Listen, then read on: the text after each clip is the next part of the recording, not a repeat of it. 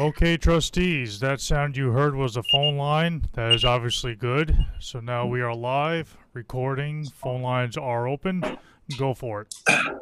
Okay, I'd like to welcome everybody to the regular meeting of the East Hampton Trustees for December 12th. And I'd like to open with the Pledge of Allegiance. Pledge allegiance. To the flag of the United States of America, to the republic for which it stands, one nation, under God, indivisible, with liberty and justice for all. Thank you. Allison, can you do roll call, please? Absolutely. John Aldred, Here. Francis Bach, Here. David Cataletto, Here. Ben Dollinger, Tim Garneau, Here. Jim Grimes, Yes. Mike Martinson, Here. Susan McGraw-Heber, Here, and Bill Taylor. Here. There. Okay, thank you. All right. Start with public comment. I understand there's 2 callers on the line. Set or 1 caller? Hello, am I on? My name is Don. I live up in Springs, and I'm very concerned about this proposed house that they want to build on the beach at 175 Atlantic Avenue.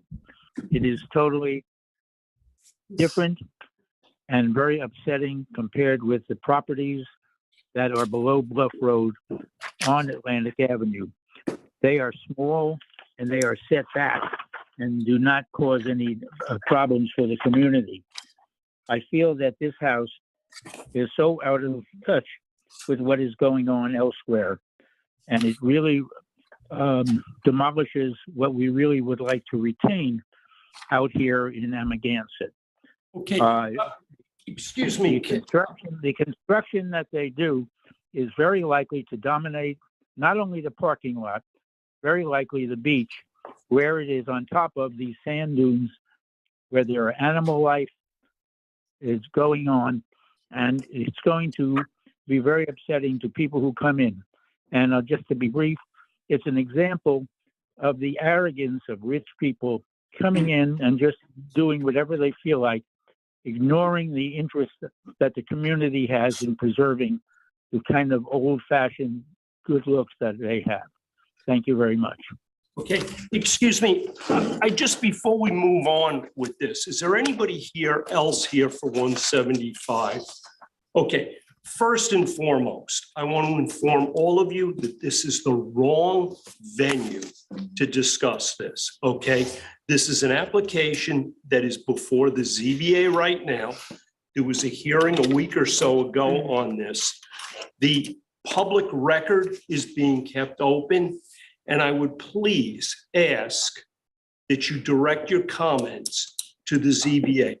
We are not the board to bring your comments to, okay? It seems to be on your agenda for tonight, so therefore it seems like a place where people could Yes, sir, speak. it is up for some discussion. We, the trustees, as the adjacent property owner, wanted to have some internal discussion among ourselves because much like yourselves, we are property owners in the area and we may have a position on this, but I don't think it's appropriate to essentially give members of the public a second bite at the apple, so to speak, here without giving fair opportunities for, let's say, the applicants or their agents. So I would ask, please do not make public comments on this. It is not the venue. There is time to enter letters and documents into the record on this, and that's the right way to do this. We are not here to be a cheerleader for any side. Okay, so thank you. You're welcome. Okay. So She was raising her hand with it. yes, sure. With all due respect, I just wanted to say that we have indeed addressed the zoning board and we did go to the hearing, and so we respect the position. Yeah, and I think, Excuse me 1 second. We have to go to the podium, please, if they're in person. ma'am, if you want to step up to the podium to make whatever comments, but Say what you said. So the camera can catch everything. Okay, certainly. Good evening. My name is Sherry Thompson. I'm across the street from your offices at 270 Bluff Road. And I would just like to say that I and also my colleague Jane Mirren have been to the zoning board hearing, and we have submitted appropriate letters. And we didn't realize that this was your position, Yeah, but thank you for letting us know. It's not our, Of course. ma'am, it's not our position to deliberate on this. Absolutely. We do have the right to make a public comment on it, which we will do via mail. It's not going to be something that we're going to use Yes. our position here as a. Absolutely. I'm in total as- understanding and as agreement. voting And, for it. you know, thank you. There was a misunderstanding, but thank you very much for everything that you do for us. And we thank you very Well, much. thanks for coming by and see, you didn't come out of here empty-handed. Thanks, Sherry. Thank you. Happy holidays. Happy holidays. Thanks for coming. All right. Matt, is there anybody else on the line? You have 0 callers. Thank you. Thank you. Next, we have Rich Warren of InterScience on behalf of Island Tennis LP, which is Sport Time. Proposed purchase of trustee unused, unopened road known as Hump Path.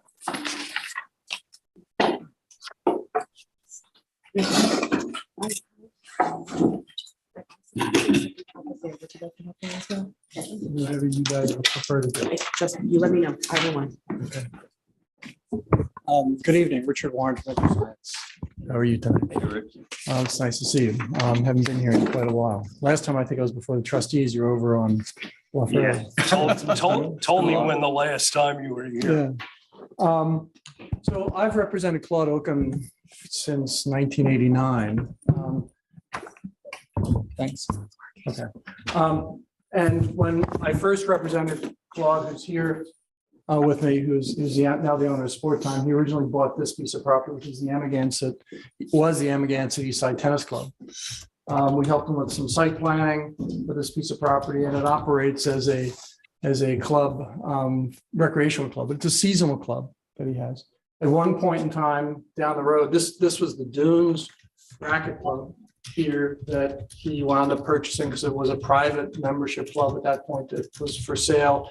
And rather than see homes there, he wound up buying this piece of property as well. What's interesting about this is that it's separated by a trustee road, middle highway or hump path. And the history of that road is that here you can see on the tax maps here, it comes off of Town Lane and ends right at this point. This is a residential lot, and at one point in time, the town old file map study that was done caused a piece of that road right through here to be abandoned and merged with that lot. These were maps that you, for the old file maps throughout the town, where they have merger of small size lots in order to create bigger lots to make them buildable. So now what we have is Middle Highway, which is really just a dead end street. That it's not even a street. It's a wooded area that bisects these two properties that are owned by Claude Oakham. You can see it on an aerial photograph, which is wooded running between the two. What Claude would like to do, and Sport Time would like to do, is they'd like to have the opportunity to purchase this piece of property from the trustees. It's something that you'd be willing to sell to him. And the reason is that what he'd like to do is he'd like to get a recreational overlay district on this piece of property. The town established a number of years ago a recreational overlay district with the idea that there are some places in the town where you have big enough pieces of property where you could have recreational facilities. This was one of them that was being contemplated, but when they established the regulations, they said you have to have 600,000 square feet. Contiguous. This is 570,000 square feet.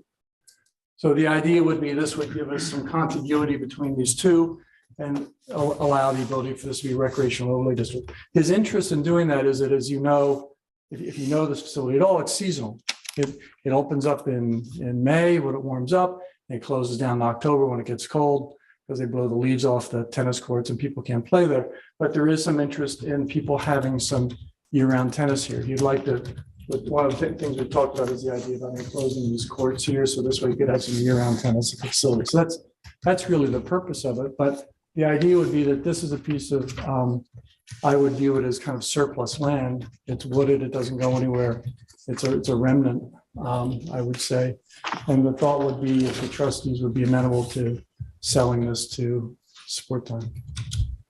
What besides covering the courts would getting that overlay easement allow you to do on that property if it was joined?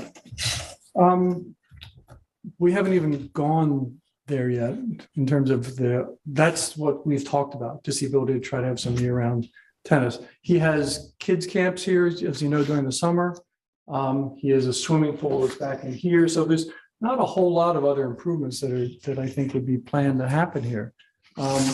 They have the tennis over here. I think they've converted a couple of these to paddleball courts, pickleball courts. I'm sorry. This field back through here they use for soccer and some of the kids camps through there. So there's not a whole lot that he's intending to do with it, but it would give him the ability to have some winter activity rather than having just a seasonal facility.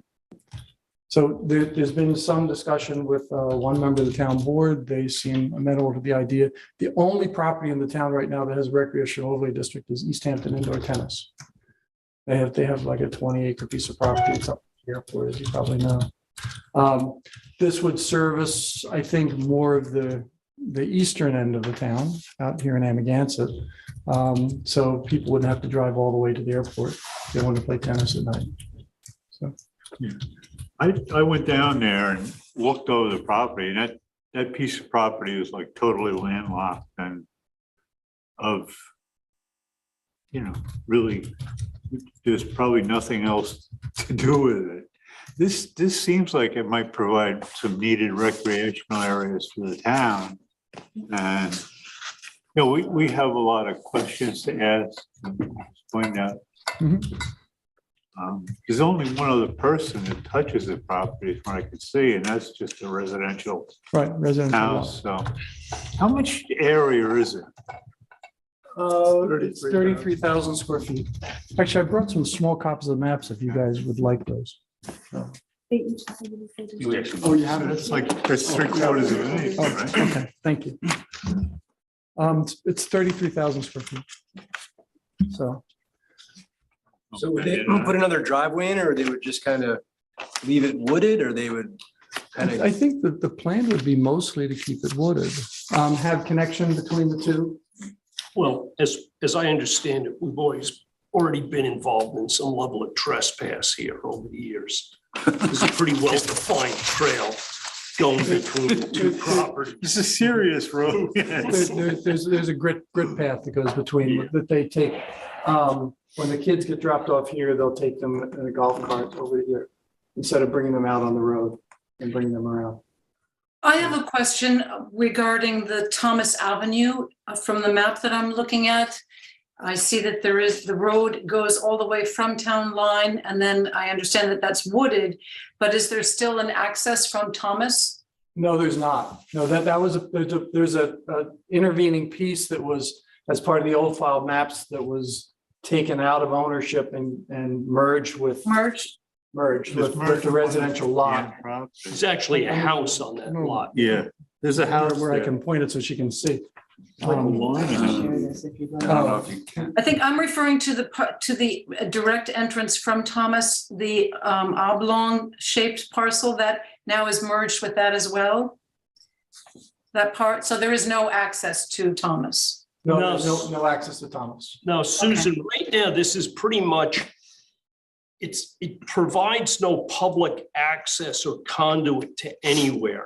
Probably in retrospect, the retirement of that road to make a residential lot may not have been the smartest thing from a planning standpoint.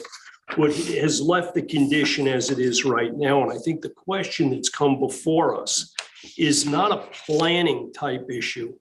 It's a question to this board as property owners, whether we as a board see value in the future for the trustees for this property, which I don't. And if not, would we like to do what the trustee board was originally empowered to do? And that is sell this piece of land at a market value and take it off our balance sheet, and perhaps Right. take those monies and put it to a better use.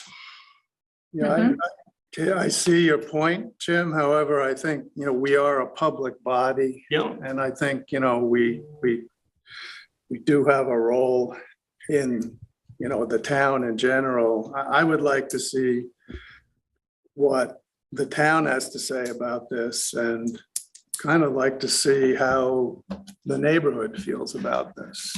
I mean, right now, we're being presented with basically, they can't enclose the courts without. Well, they can't make an application under that heading without this. But if this is something that puts somebody's mind at ease, my assumption is if, let's say, this board were to decide to sell this land, I'm assuming the buyer would probably want it contingent on site plan approval, which essentially would answer your question, John, that if the town and the public come out, let's say, against this, and the town denies this, it really wouldn't be probably a viable purchase for these property owners right now. So I think there's some safeties here. We are not the planning board. We are not the ZBA.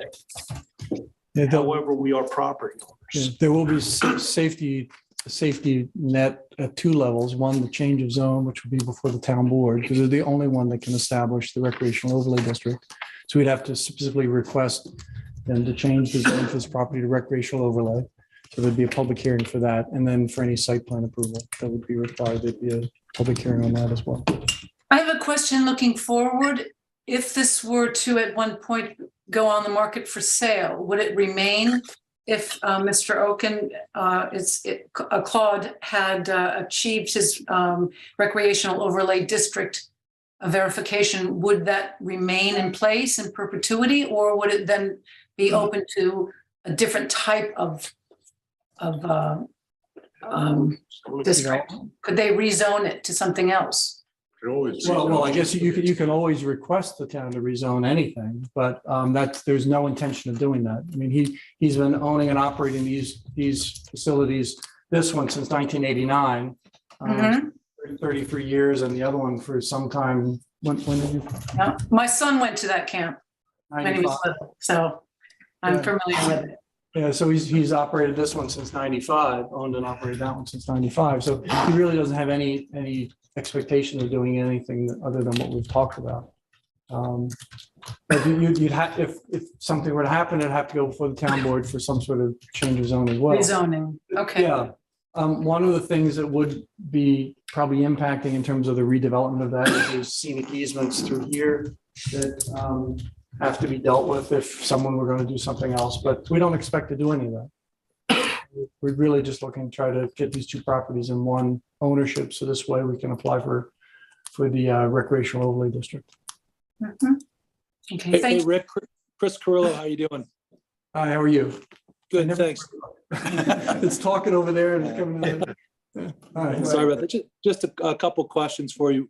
What is the property zoned as right now? The property is zoned residential. It is 2 acre residential. But 2 acre residential? Yeah. Okay, so it's a pre-existing non-conforming use as a recreational. It has a special permit. Has a special permit to allow it to be a tennis club. Conforming. Okay. It's a conforming use. It is a conforming use with a variant. Okay, with a special permit. With a special permit, not a variance. With a special permit. And I haven't had the opportunity to review the town code yet, but it's specifically the lot size that's prohibiting the change of zoning to a recreational zoning? Yes, 600,000 square feet. It's section 255-393. Thank you. They didn't have a whole lot of standards, but that was one that was established. 600,000 square feet. This would in effect merge all three properties then, right? This, yeah, So you'd be way over that. Yeah. You merge two of them, it would still go over, right? Yeah, you could do these two, but if the idea is as a recreational Yeah, facility, use it as one Use as one. recreational. uses facility. one. That seems. I guess we'll hear from the other, many other parties on this, but it seems like a good use. Yeah, on its face, I understand your issue. It makes sense. It doesn't seem as though it would be, any more impacting, but I personally, I'd still like to hear from the planning department, talk to the town about it and see how they feel about it. And I think that I know at some point, there will have to be other permits and the neighbors will be brought into it and all that, but still, I mean, we are opening the door if we do transfer the property to this happening. So I think we have a certain obligation to the public. I mean, we do represent everybody in town, so. Well, the only thing that happens here is without having some sort of I would assume that without having some sort of potential deal on the table, it's a non-starter of a conversation with the town because it's all hypothetical. Well, I can have a hypothetical conversation. Well, I don't think they're looking to put a hypothetical, at the end of the day, I don't think the owner of this facility is looking to put a hypothetical application in. It's also curious that other parts of this road have already been abandoned, and merged. That is now in ownership of this lot. Yeah, and You know when that happened? I do not know. What happened when they I can did tell you when the, the map was 1977. It was in the Yep. 90s. 90s when that made. yeah, The road was there when the business in 89. So so did the town charge anything for? don't know the answer. Don't know the answer. to that. Yeah. Wasn't that trustee property? It was part of Humpback. We should be able to. You should send the find town out a what bill, what I the guess. trustees did about it. Yeah, Yeah, I mean, it seems like it's not being used anymore. It's, you can't use. I understand it makes sense to do that. So, but I guess I agree with John if, if the neighbors or if anyone else is. Yeah, my concern is that, you guys getting the recreational overlay district by acquiring this property, you're saying you haven't scratched your head on what it could do and what, you're gonna make an indoor tennis court, but I'm concerned about what else. What else would be the plan for that? We don't get the overlay district with this. We get the ability to apply for it with the town board. Then all of that discussion will take place at the town board level. It's not a, So, Maybe I can say. sure, plug, come on up. Thank you for letting us come to visit. I'm Claude Oken. I operate this facility. I've been there since in 1989. I was 26. I'm a lot older now. And I love the place. It's part of a larger company now. We do this across the state. But basically, we're trying to do a few things here. One is this rounding error that we have almost the maximum square footage needed to apply to be part of the recreational overlay district. The story is that when Pete Hammerly was the board member who created the district when various properties were being upzoned and would no longer be able to adapt or improve themselves over time, he created the district to apply to two properties that existed. One is the tennis club next to the airport and one was my property. At that time, we already owned both of these operating clubs. And when we looked at the acreage, we looked at the total acreage without looking at the paper road. And that's why we didn't qualify. But the intent was for us to be able to qualify. And I participated in the crafting of the code of the overlay district. We never got it. I certainly am not here to tell you how to do your job or when and how we will get publicly scrutinized for this effort to keep operating in a way that works today as it did for the last 33 years. I'll say only this. We can, I believe, and Rich can correct me, qualify for the overlay district with only this property, because we own 2 residential properties here and a residential property here. And by adding any of those properties to this property by lot line modification, we could meet the acreage.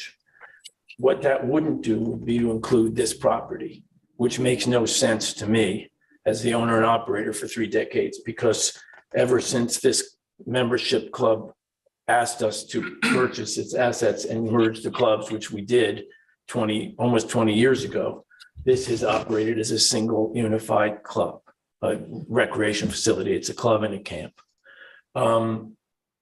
And what we want to do, if we can get and use the overlay district, is to figure out what modifications need to be made across the campus, which is almost 25 acres, in the most sensible way, where there's the most buffer, the most scenic easement, the most where the neighbors won't complain when we come up and apply for this opportunity through the zoning and planning process. Well, I would think, and I'm not talking from planning, but I would think if I was a planner, I would be more amenable to a comprehensive plan that included both properties. Correct. So that I don't find myself basically permitting one property to have the other one come through the door the day after. Correct. Either looking for something different or looking for a more intense use.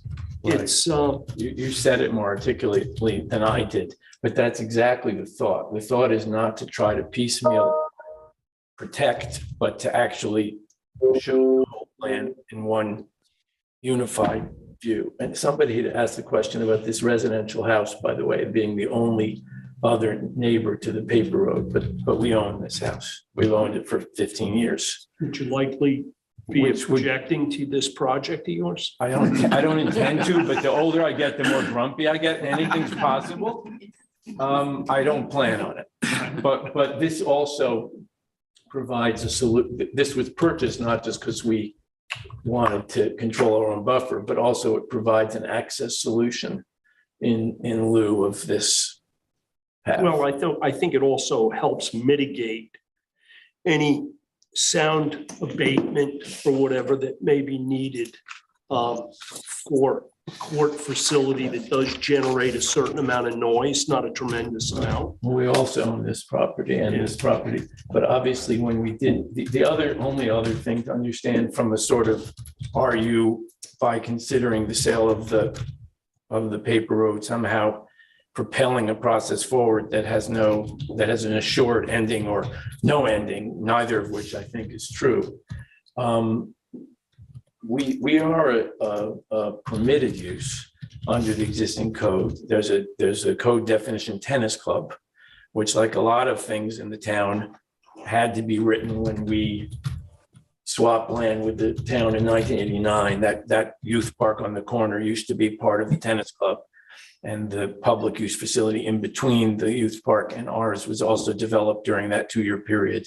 We brought in the water district. So there have been cooperative efforts between us and the town before around doing the right thing in the area. And so the tennis club definition, which requires 10 acres and basically describes this piece of land, makes this a permitted use and includes the camp.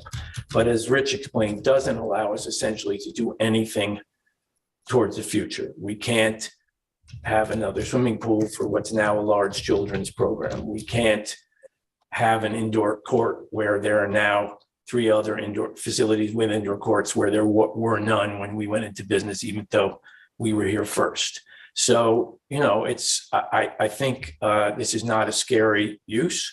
Rich correctly depicted the plans, which would be to have some number of indoor courts that make business sense, probably 4 to 6. Some other related recreation facilities, some ability to expand or modify the existing use. We need a little more swimming capacity. We have one very small pool and almost 300 kids a day come to camp here. So we swim them all in 1,500 square feet. It's not great for them and it's not great for us. And the pool's too deep. Whereas other facilities that have been developed under the recreational overlay have multiple pools and instructional pools, and they've just been able to do the things that you do over decades when you have the right to make modifications. We have no right to do anything. We're stuck because of this, basically because of this rounding error, and also the fact that the district was never applied as I believe it was originally intended. So we're sort of at your mercy. To the question about would the purchase of the paper road be contingent upon our getting everything or anything or something that I have in mind that I would want from the town or its agencies, I'm actually not sure that's the case. It would of course depend on the value but as you can see, this road only has a meaning for us, but it has substantial meaning for us because it connects these properties that I spend most of my life taking care of and operating. So it makes sense. Can I ask, just out of curiosity, why does the right property have scenic easements around it or some kind of Because this property, one doesn't? because, right, this is, well, okay, this is the eastern property, right? Because this is Abraham, so Montauk's this way.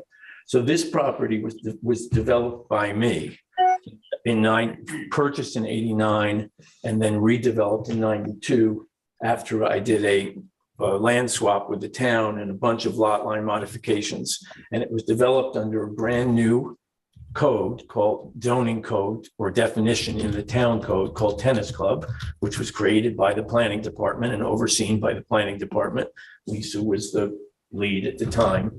And all of these requirements were written into the code. They were negotiated, that there would be double setbacks, that there would be scenic easements, that there would be no development on Thomas Avenue. This is 400 foot of buffer along this whole side, no neighbors. This is probably where the indoor facility would go because obviously it would disturb nobody. Really, the only people that could have an opinion live about 800 feet away from it on the other side of an improved roadway. So that's why all of this looks like it was designed by a planner, because it was. It was designed between 1989 and 1991 and built in 92. This facility was built in 1977 as a membership club where there was almost nothing in the code. And it was owned and operated by a group of arguably wealthy folks from the city for all those years. And then they ended up not being able to operate successfully anymore. And they said, most of them came and played tennis here. And then they said, can we sell it to you? And you'll use it, you'll run it and make your camp bigger and such. And that's what we did in 2005. So there's none of the existing code was applied to this. And actually by connecting these properties, we would then, and if we were to get the recreational overlay district, which is not assured, we would, in the development of this property, we would then have to apply the current code and all those requirements to it, right? So if double setbacks were required or easements, we would have to apply them in order to get a building permit to do anything else. So I think it's actually a win in a way for zoning and planning. If you decide to do this and we're successful, knock on wood, and we do get the district and we do try to do some modernization and improvement under the district, everything gets applied based on the current code, not on the one that existed in either 77 or 89 or 92. Sorry I know a lot about my properties. I thought I would tell you. No, that's great. Thank you so much, Claude, for describing it in detail to us. Appreciate it. Anybody else have any questions? No? So what's the next step here? Well, probably establishing some sort of valuation would be something that's important for probably both sides. If this is something that you think that the trustees would consider, we could go out and have an appraisal done or something to start to establish some valuation.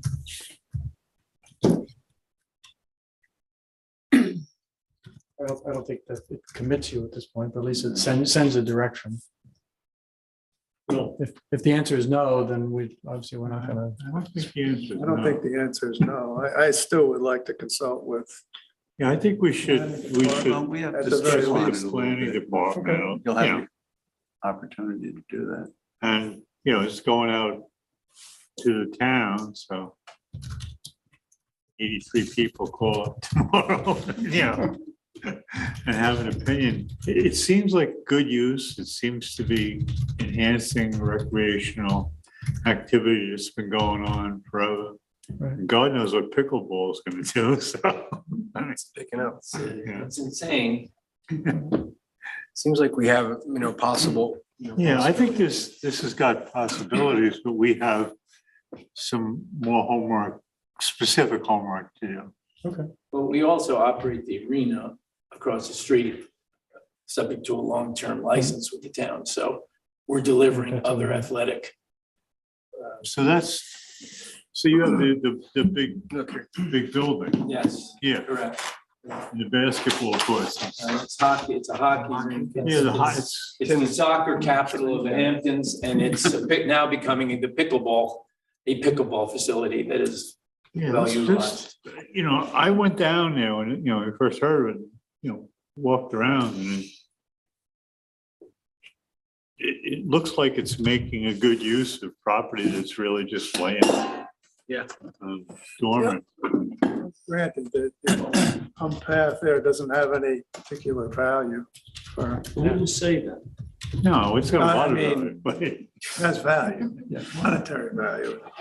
I think that there's time for us to discuss this again amongst the board members, and there's time, as you say, the town has to review this and get on board or not. And so I think as trustees, we should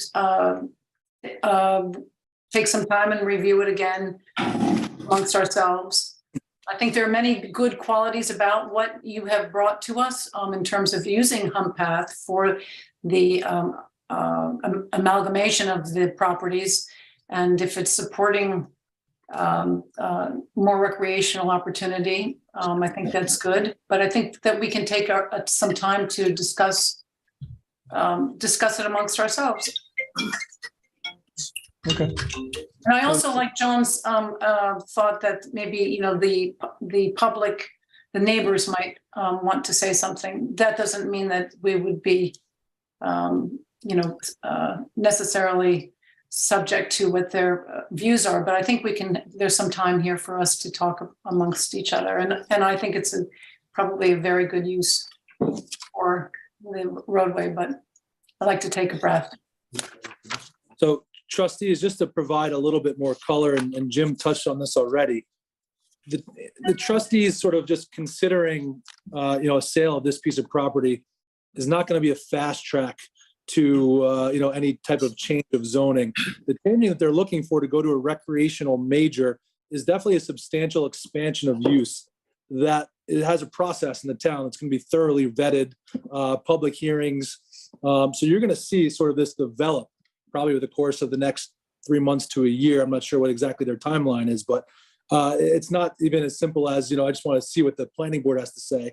You're certainly going to see, a real process here as far as vetting this thing and seeing if it's what the town wants. I think maybe that even Rick and these guys can talk about it a little bit more, but I know at a minimum, there's going to be public hearings and things like that. So it's definitely going to take on a life of its own at the town as far as what the public has to say about it, the neighbors, and what that really means to have an expansion to a recreational major facility. Well, I hear you, Chris, but that process is not going to start until we sell that property. no. I don't necessarily agree. It's not It's true. probably. No, they would start the process before it's sold. I mean, so that when it is I don't sold. understand. they I can- don't understand. I think you may be right, John. I mean, they can't do it now. They can only propose this if they can join the properties. The only way they can join the properties is to buy that piece of property from us. I don't understand how a planning process can begin before they have that. Well, he explained that they own the other smaller properties to the north, and by combining those two properties with the eastern property, that they could be. John, nothing The idea is to- stops an individual, a property owner, from going to plan and having, I want to call it an informal discussion. No applications are made, but nothing stops Rich or Claude or anybody from going to the town and having an informal conversation whereby they bounce the idea off if we could buy this property, would the town be considering this? If it's a non-starter, there's no incentive for you to push this thing forward. But my gut says it probably would be, because it gives, quite honestly, it gives planning the opportunity to plan. Okay, right now, you got two individual properties. They're single, separate. They can make an application on one property to do one thing, make an application on the other property to do something else. And the town would be forced to review those applications as single, separate, standalone applications, where as soon as you get into that dialogue of changing the zoning here, it's obvious that it's going to combine these properties, the same conditions, the same limitations are going to apply to both properties. And, as a property owner myself, it's not something that you enter into lightly. You have to have, this, clearly these guys have a real end game in mind, because that in itself is no risk. I don't see where we're putting, I don't see where we're putting the public at any risk here at all. Well, I'd say just as the owners can go to the planning department and get some kind of an opinion out of them, I think we can too. Yeah. That's all I'm asking. Well, Jim is absolutely correct that they have every right to go ahead and go forward to see as in a speculative manner what would be afforded to them by the town if they change the district zoning. So it's an ongoing side-by-side situation here. I don't think that this is as it was expressed by Jim, that the owners of the property, we have to come up with an appraised value of the road. That's part of this, and look at what the actual plan is from Claude and for the property itself, and that will be proposed to the town. And then we will also see that as well. And again, I don't think that this is as difficult in many ways as we may think in terms of, it's not an outrageous marrying of the two lots. To me, it's a good thing. But again, it's going to come down to the town. It's going to come down to an appraisal. And so I think we should focus on those things. It sounds like, I'm sorry. Claude, we probably should have asked this earlier. Have you floated this idea past planning? I've spoken to two, as Rich said correctly, it's the town board that would have to grant the overlay district. This sort of zoning and planning part wouldn't start until the district was granted, right? Then we'd have to go and say, well, we want to do this or move this or build this, and the planning department would vet it. And the building department, and maybe even the architectural review board, depending on what we're proposing. Yes, I've had a discussion. I personally discussed it briefly with two town board members. As I said, I believe anybody can vote however they want in 2022, regardless of how they voted or just whatever they discussed in 2002. But given that the district does appear, if you read it in its detail, to have been designed to describe this property and one other, but the only two recreational properties in the entire town of the scale that exist, I would think we could at least have an open discussion about whether it should apply, since I have no other way to make a single improvement or modification on either property under the current code. It doesn't exist. So I think there's, I think we have something to discuss. I just do want to repeat though, not because I want to be a hero, because I just don't want to, I want to be accurate. We believe that we have a way that we could apply for the overlay district with only this property. Any of these residential properties that we own, if added to the property, would allow us to meet the square footage requirement. The problem is it doesn't really make a lot of sense from a planning point of view. This is the more intensely developed property. And this property, as you can see, has a lot more open space and is a more primitive property, if you will. And they're being used together, but they're not one property. So we're really trying to solve something that's been an issue for us, whether intentional or not, for decades. And we'd love to try to solve it. The goal is very simple. The goal is that this giant piece of property, which is a nature conservancy in the winter, it's the best place to go and see deer, and for some, unfortunately, to go and kill deer, depending on your view on that, because there's some deer hunting here in the winter. But it's a big property, and I'd like to see it stay recreational for the next 30 years, as it's been for the last 30. This property here, which was open all this time that I've been running it, and now has giant houses on it that were built last year. I mean, they look like they're 100 feet tall from here. It's all you see is the houses. I'm sure, I don't know them, but I'm sure they'll be the first people to come and complain about whatever I try to do, because that's how it works. But I'd like this property not to be giant houses, but to be that I can modernize it and adjust it to the current condition. And it happens that my business, which has been a tough one here and in the country for the last 20 or 30 years, has become a much better one. I'm one of the beneficiaries of the pandemic, because people are enjoying recreational and open spaces where there's more air.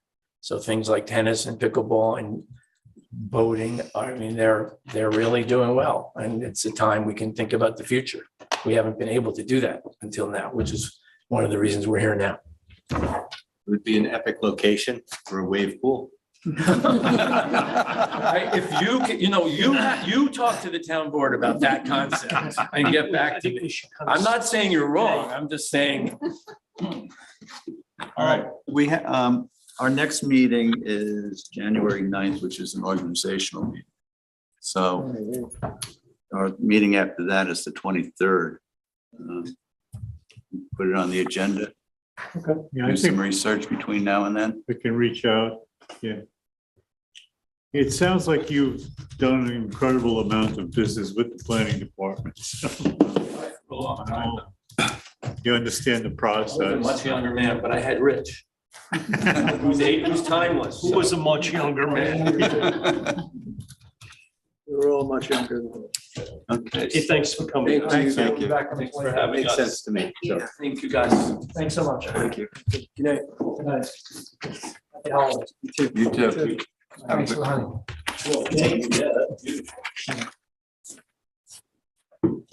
All right.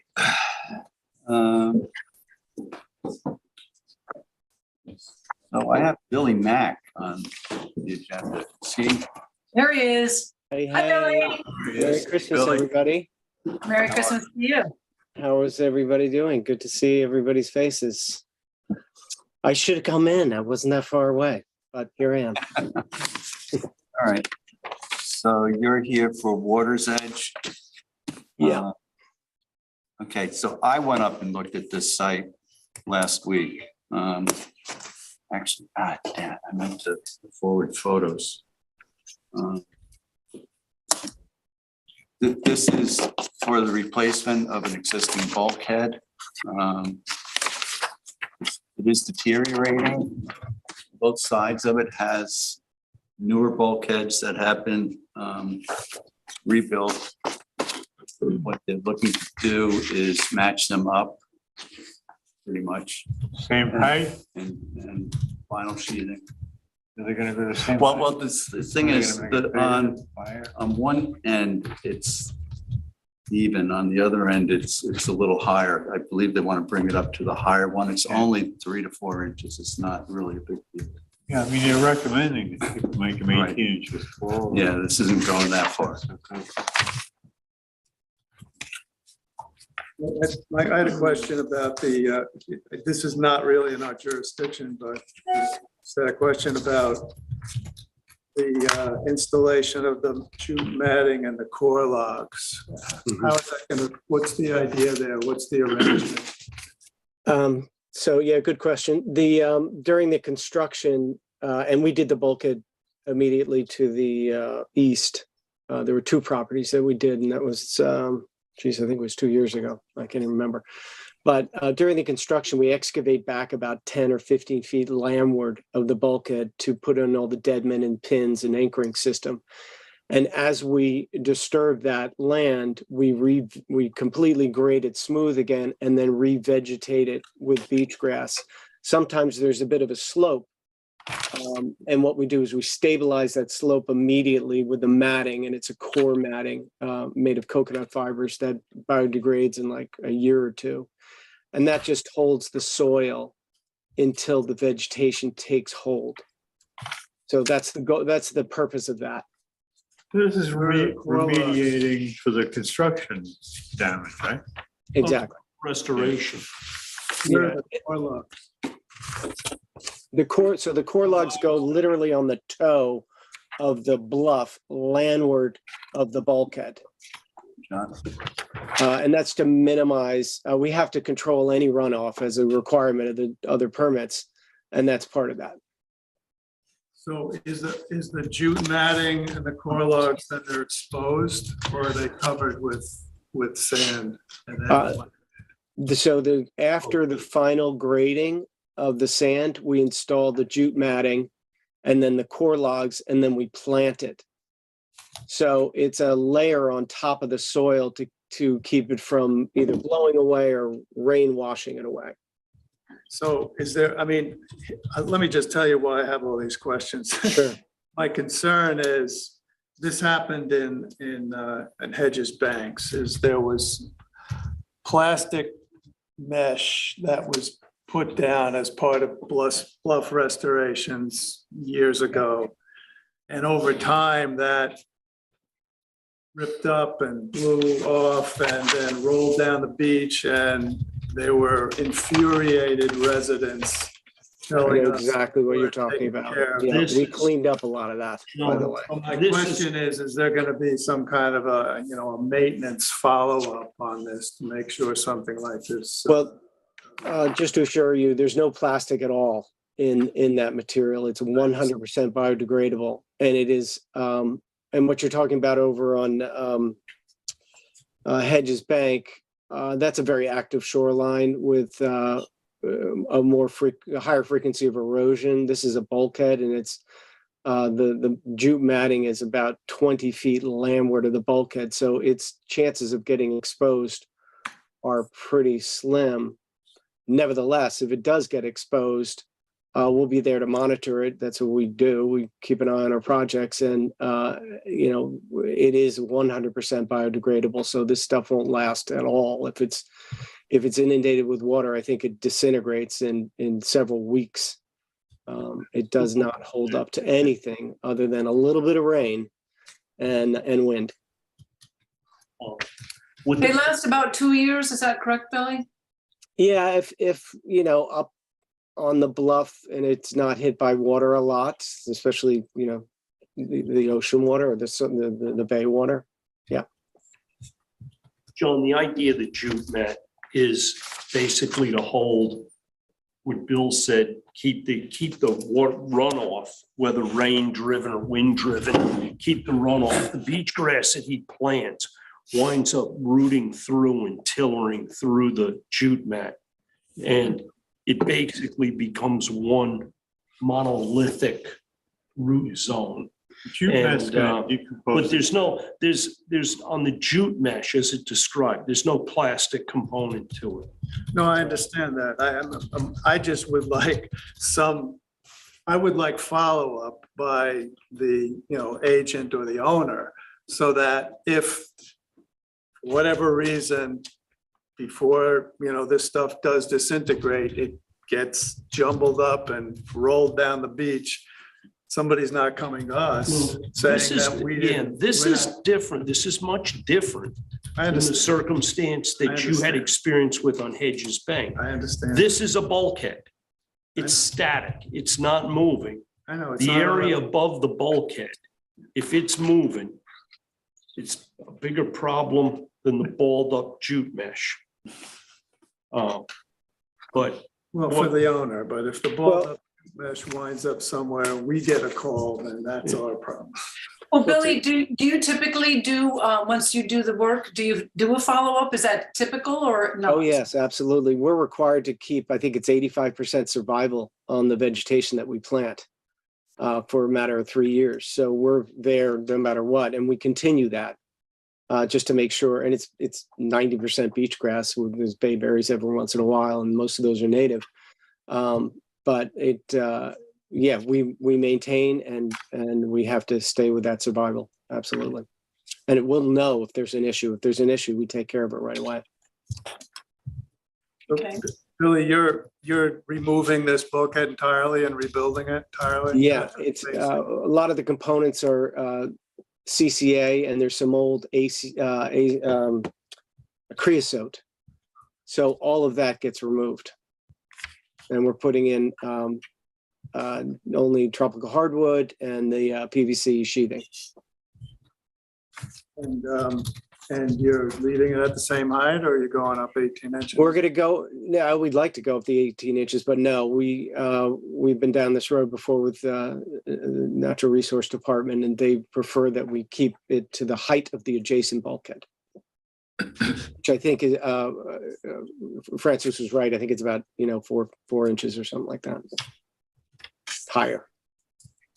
So FEMA permits up to 18 inches, so that was DEC about 15. Yeah, DEC actually encourages up to 18, building it at least 18 inches. However, the town Natural Resource Department has a different view, and they would not permit that.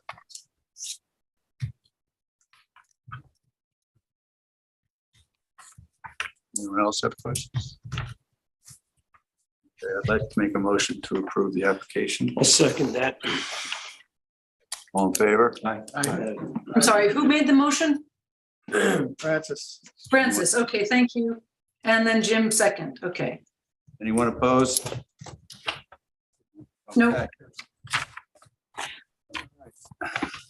Okay. Have a wonderful holiday, Billy. Yeah, thank you guys very much. Everybody have a wonderful holiday as well, and all the best.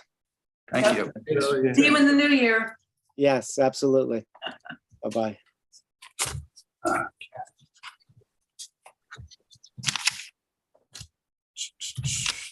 So next we have Dan Hall from Land Use via Zoom. Are you there, Dan? Yes, good evening. This is in reference to Love Shack. Correct. You were there. Yeah. Hi, Dan. It's David. Hello. Hey, yeah, so I met with Frank Cafone. We went over the bulkhead. They want to reconstruct 205 linear feet, utilizing vinyl sheathing and 5 cubic yards of clean fill landward of bulkhead as needed. So we looked at it, and the wood is deteriorating, and they're gonna basically reconstruct it the same way it is right now. We were there as a full moon, high tide, and the water was just about up to the top of it. So you can see the need for that to be rebuilt. And it looks like they have all the approvals from DEC and the town. Right. So, yeah, unless anyone has any questions, I would recommend approving it. Is there a planting behind the bulkhead where it's going to be disturbed, where the soil is going to be disturbed? Yes, beach grass. They're gonna plant it with beach grass. And all disturbed areas be revegetated. Okay. And this, you say you have a natural resource special permit. Is this to keep the bulkhead at the same height, or? Yes, it's proposed, correct. It's proposed to be reconstructed at the same height in place. This is the house that I think used to be an old coal barge. that Correct. they Floated up and got it in there and it's now the house. Yeah, it's pretty neat. Yes, unique, very beautiful. Yes. Who's doing the work? Who's doing it? South Shore Docks.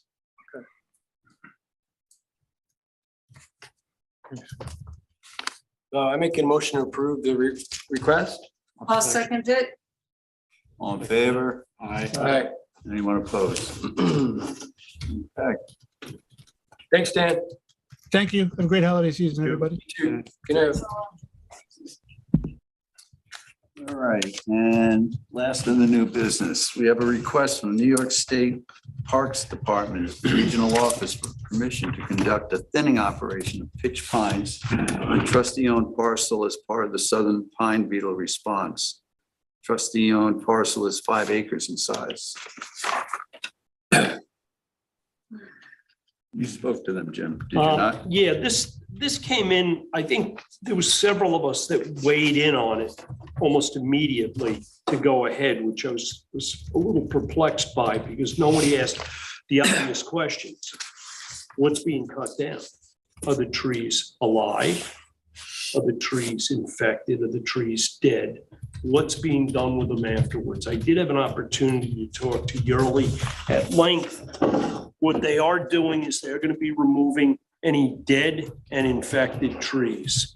Subsequent to that, they're going to cut a significant number of live trees with the intention of trying to get some proximity between some of the live healthy trees. This work would be done in late January when the beetles are dormant, not active. If you did this kind of work in the growing season, it actually attracts the beetles. So you would actually be aggravating the problem that's already there. Big question I have, and the plan here is to cut and slash these on the ground.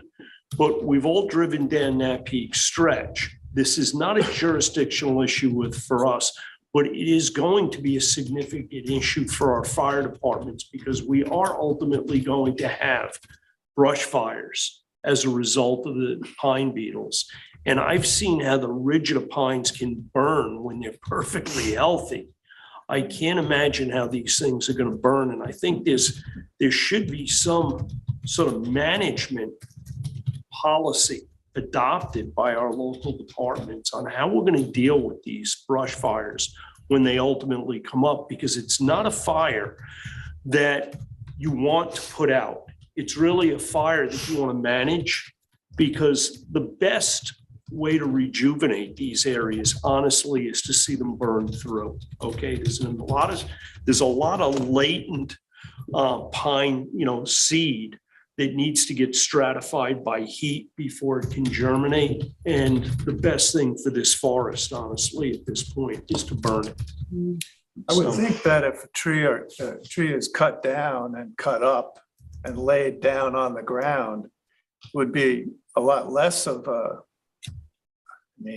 not that it's not going to be a fire hazard, but it might be a lot less of a fire hazard or a bad burn hazard than if trees were just allowed to fall. Well, you know what happens though, John, is when you get a fire in a standing forest, okay, the trees burn, the foliage. In fact, pitch pine is one of the few species that can essentially regenerate growth below the second year. Most evergreens cannot regenerate any growth past 2 years. You cut the branches past 2 years on a spruce tree, the tree's dead.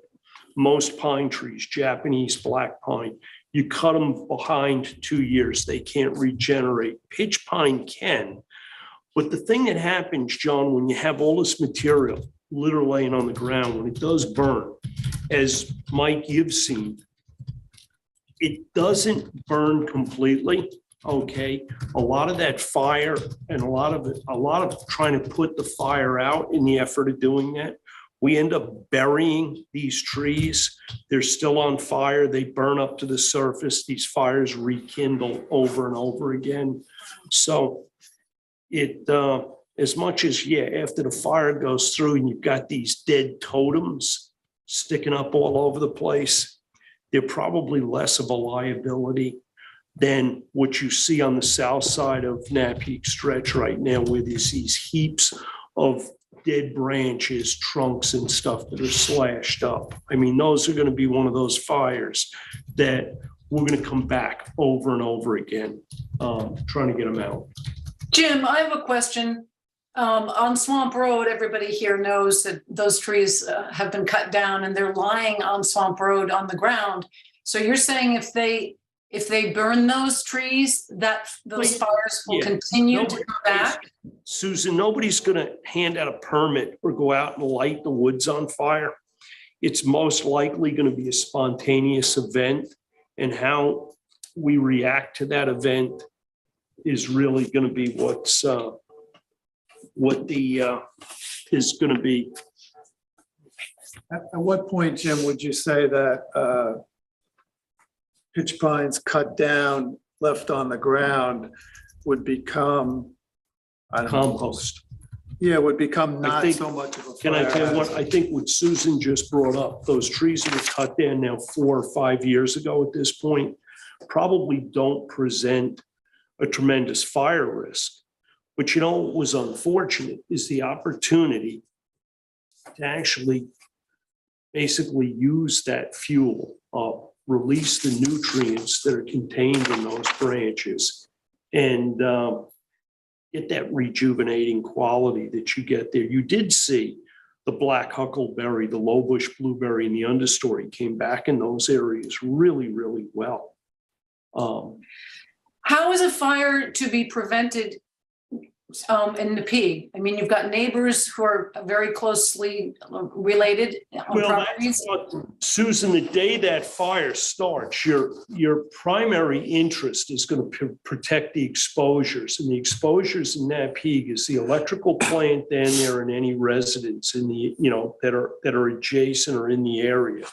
As far as the adjacent forest and trees, they probably are far less important. You would move to just protecting your exposures. Well, in this case, as I understand it, they're only asking to cut our piece north of the road. of Yeah, Lazy Point. I don't see it as a problem. I think what they're doing there is responsible, and it's somewhat experimental. Because will this improve the health of the forest?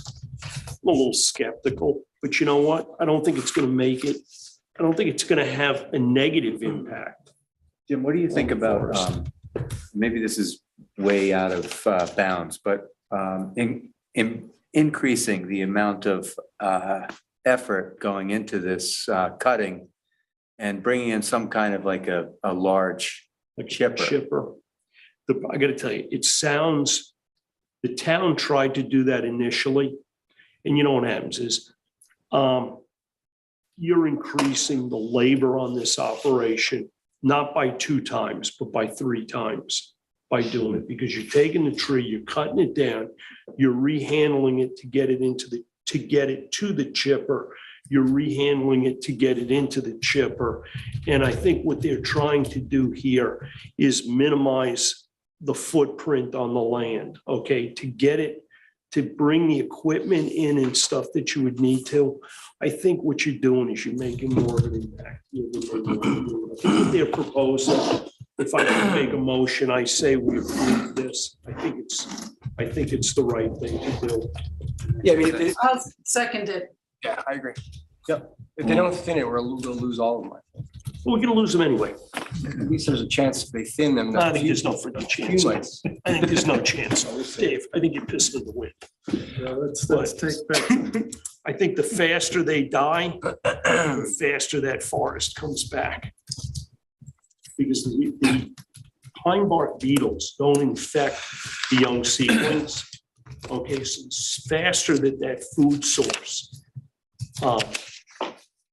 gets expended, the greater the opportunity for the recruitment of new seedlings and stuff. If this lingers on, let's say for years and years, what happens is it's just the reinfection and you'll be, losing stuff over time. I think it's kind of cool watching. Yeah, Jim, I have a question. There are trees that are down on Swamp and new ones that are around the corner that have just been all cut down. They're completely gone. The ones that are standing, if I heard you correctly, they're just, as you call them, totem poles. There are so many of those. Aren't they eventually just going to fall down onto the ground or onto someone's home? and actually quicker than most trees, like when you. Right, because the roots then are too weak, right? Now the wood gets, what happens with the way the turpentine beetles kill the plant is by basically strangling the vascular system. So what happens is the trees dry out and they become very brittle, and the tops break out of the trees and the whole tree falls. Like they don't lodge over by the roots, literally, the trunks will just snap. They're very brittle. Yeah, that's the scary part, because so many in the Northwest woods, the trees that are dying, that are dead now in huge numbers, I worry that these are going to just collapse on top of people's homes. Well, where they're adjacent somebody's house, it would be the homeowner to cut the darn tree down. But the tree that's out in the middle of nowhere. No, well, that's a different story, but it starts to become impractical. Yeah, I've lost 120 on my property. I've got about 60 trees left. I just noticed yours, David. You've lost a lot. I take them down with a chainsaw. It's like I'm cutting out a cancer. I'm trying to stay ahead of it, but hopefully the But you thinning will help. realize that when you're cutting those trees during the growing season. No, I know. I only do it when it's. Yeah, you're, No, I know. unfortunately, it's like ringing the dinner bell. Yeah, I'm playing a lot of white Anyway. pines anyway. Okay, so we have a motion and a second. All in favor? Yes, second. Anyone opposed? Okay, so we'll tell them to go ahead. All right, move on to old business, the 2023 resolutions and fee schedule. Want to take that, John? Yeah, because I think you probably have the suggestions here. Yeah. In your folder. So general application, we went from 100 to 125. I'll just go through these, I guess. And see if anybody has any comments on any of them. General application renewal from 75 to 100. An application to legalize $1,000. What was the cost before? No, It hasn't changed. there was no application to legalize before. Before, you just put in a general application. If you have an illegal something and want to legalize it, this would be a new application fee for just that, $4,000. Okay. So moorings, currently resident per foot boat length is $10. Suggested that go to 12.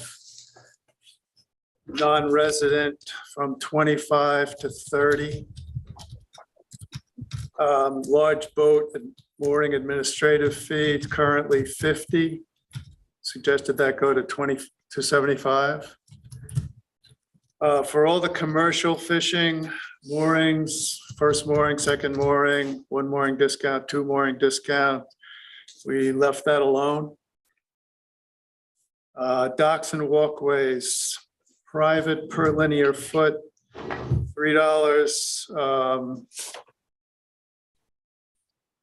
That we suggest that go to $4 a foot. John, I have a quick question. What constitutes a large boat mooring as opposed to a regular boat mooring? Over 25 foot is large boat. Okay, thank you. Commercial per linear foot, leave at $4. Municipal per linear foot, that line is currently in the fee schedule at $4. We suggested to eliminate that. We don't charge the town for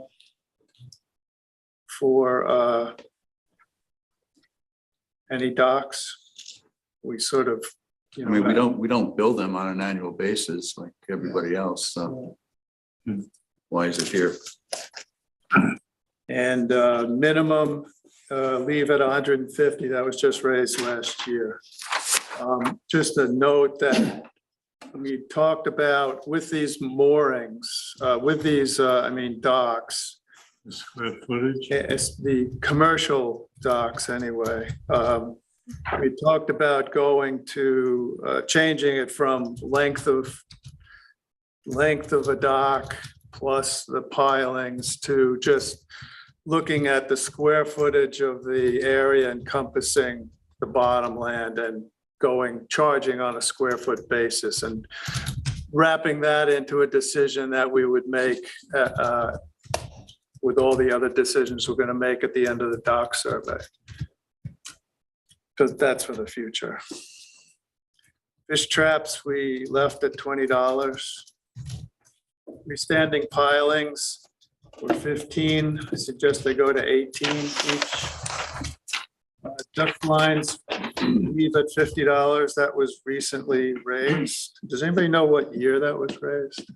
6 years ago. Was it that long ago? I think so. I think it was the second time. You can have report. 5 or 6 years.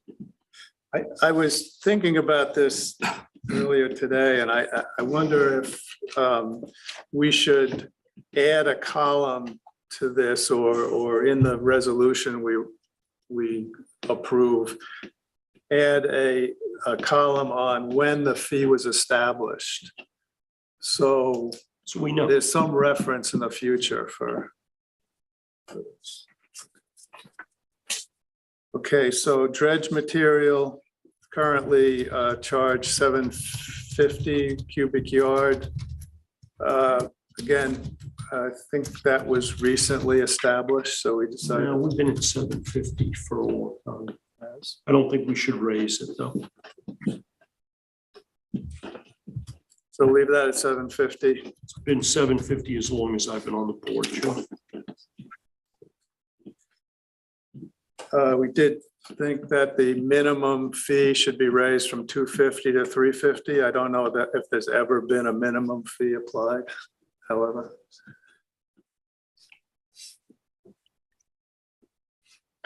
Other structures per square foot was $3.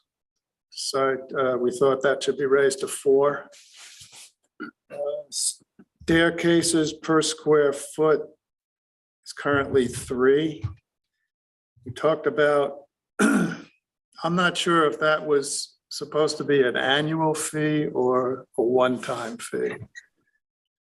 And we talked about changing that to a $200 flat fee. But again, I'm not sure if that should be considered annual or one time. I mean, most of ours, I don't know what staircases we do charge for. The ones I've been involved in 3 Mile Harbor and. Are they renewed every year like a dock permit? Some of them are and some of them are not. We need to get like a consistency. Probably. Well, I don't think there is any consistency. No, but this is the opportunity, John, for that. Nice. Flat fee will make that easier. No, that would be an annual fee. I believe it should. Okay. Well, that means, okay, so annual $200 flat fee for a staircase touching the beach, touching our beach. I mean, Hedges Banks, they're generally 40 square feet, let's say, on average, maybe. Some are bigger, some are smaller. But something like 3 Mile Harbor, you know, first there's the question of what do we own and what does the property owner own? Where is the property line to? Is it to the mean high water mark or is it to the toe of the bluff? Then there's the ocean beaches. I think you've mentioned in the past that most of the staircases on the ocean don't necessarily go onto the beach. Most of them will actually land either before or at the vegetation line.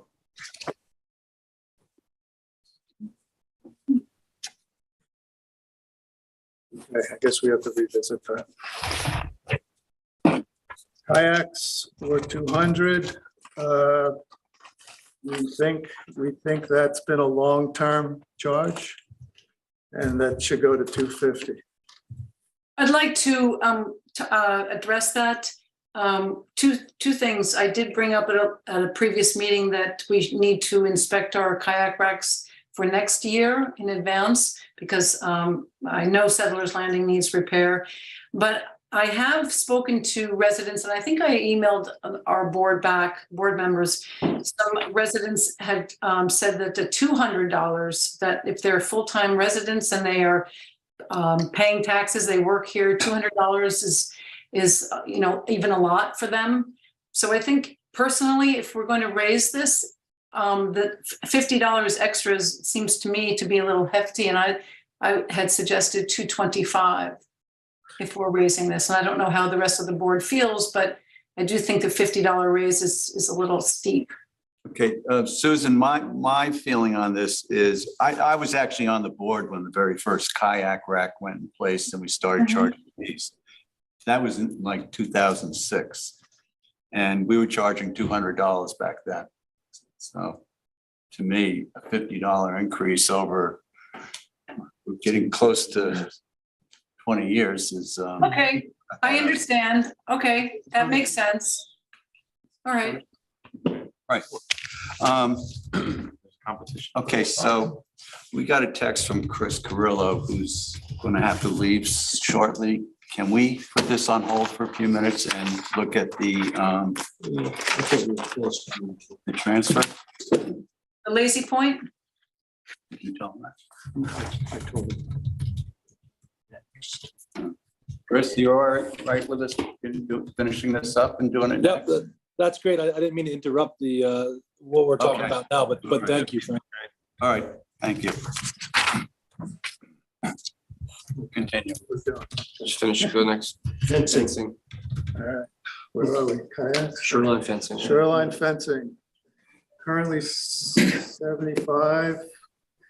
With the we suggested to go to 150 and for renewal from 75 to 100. We weren't really clear on what was this a one-time fee? I believe it's been applied as a one-time fee. Well, you put the fencing in, you're done until you put more fencing in later.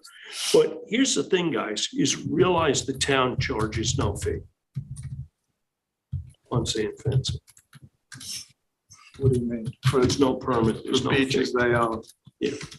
So do we want to be charging for something that the town is already giving for free? Well, we do that now with tags. Which we purchase all of. They give away our tags. I mean, we can leave it, we can do it for 150. I mean, we don't handle, unfortunately, we don't handle a tremendous number of sand fencing applications. And I feel kind of ambivalent on it also, because I think we should be encouraging installation of sand fencing. To give the rest of the board some history on sand fencing, when Francis and I got on this board, if you wanted to put sand fencing on a trustee-owned beach, you would first have to supply a current survey showing where you intended to put the sand fence. After, along with an affidavit that you would not lay claim to any property that's sort of accreted as part of the sand fence. And you also had to give an affidavit that you were the owner of the adjacent property. I never really understood that, because I really didn't see anybody maliciously installing sand fencing in front of their neighbor's house. And then after you did everything, you had to get an as-built survey showing that you had actually put the fence where you said you were going to put it. We streamlined it a lot. We've made it a lot easier. We still don't get a tremendous amount of applications to put in sand fencing, and it is one of those things that does a tremendous amount of good at managing, our dunes and shoreline. And given the fact that the town does not. Well, wait a minute. On that point, the towns, not to further complicate this, but I just saw my notes here. I looked at the town code for sand fencing, and there is in the town code, it specifies a $75 annual charge. Okay, then I would recommend that we do not charge any more than We that. can, without asking to change the town code. So we keep it at 75. Keep it at 75.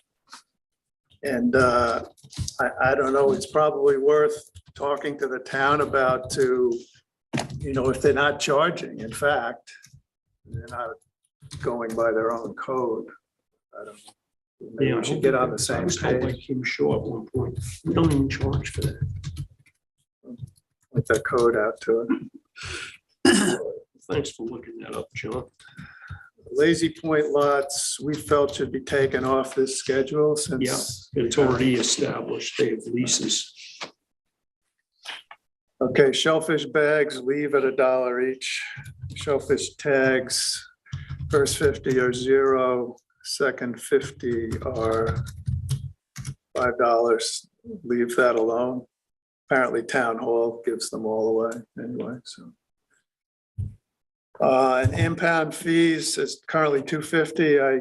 I spoke to Tim Treadwell about this. He feels it should be left at $250 since they also get a ticket along with it. Yeah. Brings it all up to $400. Doesn't seem to be a point. Okay. How you guys feel about this? Good. Looks good. Good. All right. Lazy Point. May I just interject something so that I don't forget to mention it to you all? You had mentioned the shellfish tags later on down and I don't know if this impacts your conversation about this. When we get later to the payment of the bills, we do need to reorder shellfish tags, and Arlene has circulated the estimates for those. I don't know if those numbers will impact your, the desire to charge any different amounts. I just wanted to remind you guys that that's in there as well later on. Thanks, Allison. How many tags what do we do with the town? We just give them half the tags or something? We give them, say a box or so at a time. We wrap them in bundles of 50 and provide it to the town clerk's office. And they provide them when any of the fishermen go to get their fishing permits, or their shellfishing permits rather. And then we'll give them out if any additional are needed. We've calculated, I believe, about 5,000 tags each year between the town and ourselves. Do we know what the breakdown is roughly? The town give away more than we do, or is it? Town probably gives out a little bit more than we do, but I don't have that exact breakdown off the top of my head. We're using a new app that's out. It's called the Blue Trace app. And it's a really cool system for printing tags. It's much more affordable. Prints tags really quickly. And it includes also with it those squiggly codes that you see on the menu during COVID now. And so when you take a picture or put your phone up to that code, tells you where the shellfish were harvested, when, by who. And it's a pretty cool app, just putting it out there. What is the name of it again, Mike? Blue Trace. Blue Trace. Thank you. Okay, Chris, you're on. Thanks, Francis. So we're talking about a Lazy Point transaction, lot 16S, McMahon to Petrosky. All is in order on this one as far as all the document list that we require, with the exception of the affidavit from David Rattray at the Star. This one has been published 2 weeks now. I think the third week is coming up here this Thursday, or no, the third week is the next one, the 22nd. I spoke to the attorney for the purchaser. They do have some incentive to try to get this done prior to the new year. And given that this is our last meeting of the year, my recommendation after speaking with him and some of the trustees was to approve this transaction contingent upon the receipt of the affidavit of publication from David Rattray, which we would expect. He typically gets that out within a day or two after the publication. So the last publication was the 22nd. He'd probably have that to us on the 23rd or 24th. And then we would not allow the transaction to close until we had that proof sometime after that date and before the new year. So that's my recommendation on that one, is a approve it contingent upon receipt of the affidavit of publication. Okay, Thank based on, do you have any questions? Okay, based on our council's recommendation, I'd like to make a motion, we approve this sale. Second, I'll second it. all in favor? Anyone opposed? Okay. Christian, go back to playing with the baby now. Yeah, just like to say thank you guys, Susan and Jim and the rest of you guys for the flowers and the gifts and the well wishes. Much appreciated. Little Mia appreciates it as well. And Merry Christmas, Happy Holidays to everybody. And we'll see you soon. Thank you so much. Thank you very much. Happy New Year. More pictures Hey, of Chris, Mia. tell Chris happy birthday. I will. Thank you. Yeah, it's my wife's birthday tonight as well. That's why I'm. Oh, okay. Thank you. All right. Thank you, everybody. Take care. Bye. So down to beaches. 175 Atlantic Avenue is. I would before the really ZBA. hope that we'd save this bucket of tar to the end of the meeting. Okay. Scott DeBriner of InterScience on behalf of 85 and 93 West End Road is requesting extension of trustee permits B-1-22 and B-2-22 for 1 year or 63 days. Okay, what the circumstances are here is they have a permit in play right now. The permit is going to expire, I think, at the end of this month. Typically, that restoration of the dune doesn't occur until really February, early March. Okay, so to me, it's somewhat of a no-brainer to just give the extension. This property gets done virtually every year. It's not something atypical of we've been asked for in the past, and we have typically given that extension. So with that said, I'd like to make a motion to give the extension. Now, look. Who? David? John. John. Okay.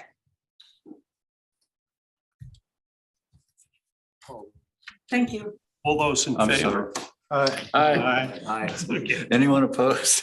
Okay. Take that We're phone good. away from you. All right, Georgia, update on letting of the pond. Okay, well, we made our second attempt at letting the pond, went quite well. And the pond stayed open a total of 13 days this time. It closed up, looks like it closed up either Saturday night or yesterday. I was down there yesterday and it was still running a little bit. Yeah, I went by there today. So anyway, at this point, we have had a good water exchange.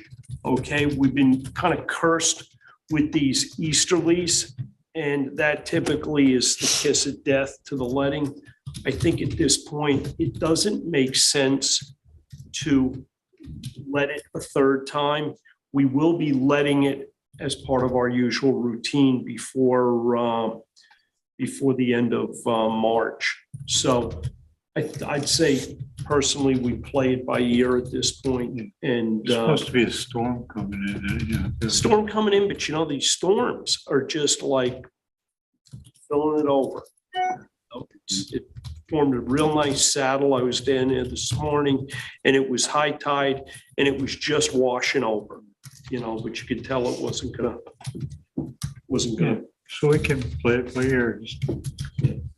I mean, the pond's a little higher. If you're going past Wayne Scott there, you can see the pond's up from what it was last week because like the last time, it closed on the high tide. You've got that wash over and it's just a little accumulation of water in there. So We're also going to miss that letting from the dredging program.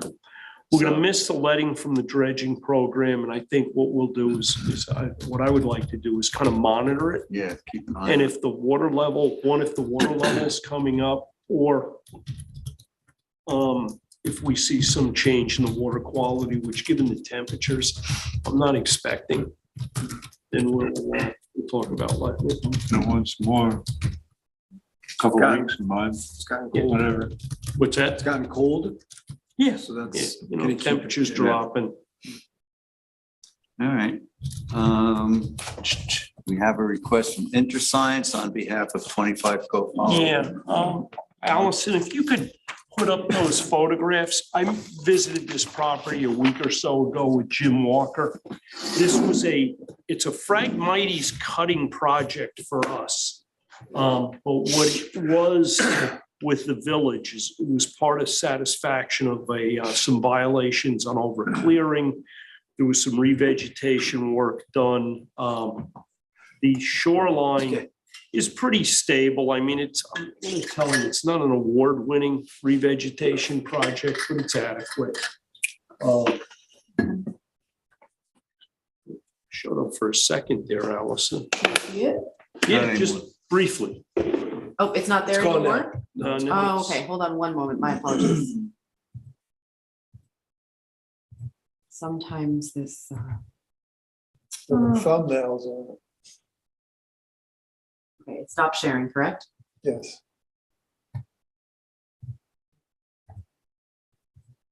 Do you see it now? Yes. Yes. Can you just kind of kick through those photographs? Sure. There you go. It's not, the pond was out when I took these photographs. The shoreline is relatively stable. There is a fairly significant native plant population there. This is the revegetation work, which was part of the violation of the scenic easement. And again, this is not a stellar project. It's almost as much weed growth as the plants that were put in, which is unfortunate. But I believe the village is signing off on this project. And at this time, I'd like to make a motion that we do as well. I'll second it. Yeah. Now, before we leave, there was one comment. I've asked Allison to contact the homeowner for both 25, and you see in the distance there, 17.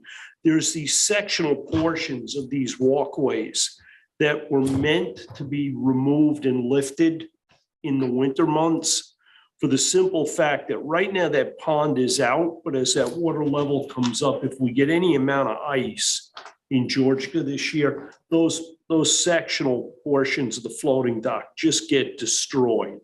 So it's in the homeowner's best interest, and it's a condition of the permit on 25, and it's a condition of the permit on 17. I don't know whether it's a condition of the permit on the Ross property, but it's a common sense deal of just getting those things out. In fact, you can see in the background on that picture 25, there's actually a rack that was built to house those pieces in the off season. So. Yeah, you can, yeah. Do we notify them by mail? Allison was, I don't know whether, did you have a chance to take care of that, Allison? For these guys, but did you talk to Arlene? Because I don't. I think I recall that. talked to Arlene. Yeah, I don't so- recall that conversation, but I can make sure that happens for sure. Yeah. Yep. I can either call them, email them, or send them. Yeah, mail. it's just, because I know this property is a fairly new owner. Mhm. And I don't think they'd be real happy if they come out this spring and Absolutely.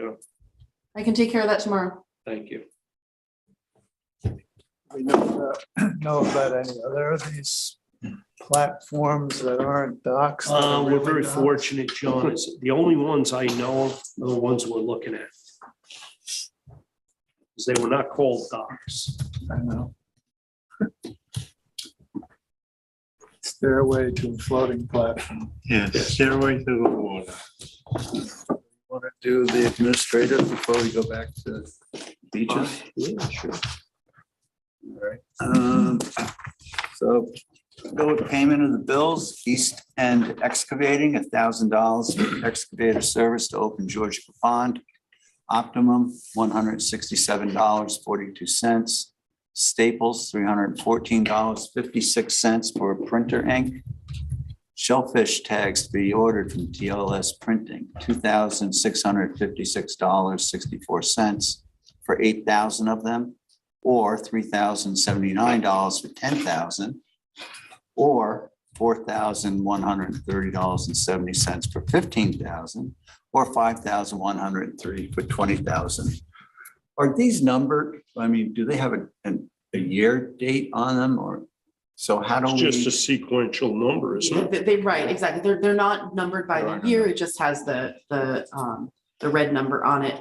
The idea is just choosing which of them we want. Obviously, the more that you get, the cheaper they are per tag. The only other issue that I would suggest needs to be considered is the storage. So you say we've been using 5,000? If I remember, about 5,000, 5,000 to 6,000 of them.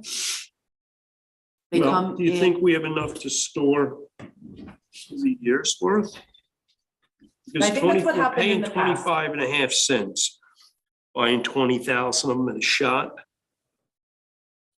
I think we have room in the basement for maybe 2 to 3 boxes, and we could put, we have the space in the conference room. It's just a matter of whether they're going to be in the middle of the room or, off to the side. What have we been ordering? No. Or you're paying 33 cents. What have we been ordering? So last time we ordered, I believe, Francis, do you have it in that packet?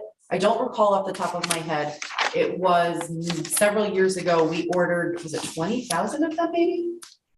I think there was an email that Arlene attached to that.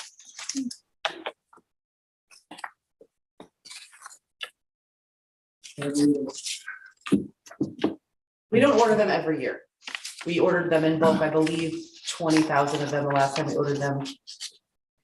Okay, 2005. So the difference between 10 and 20 is $1,000. I mean, $2,000, but I mean.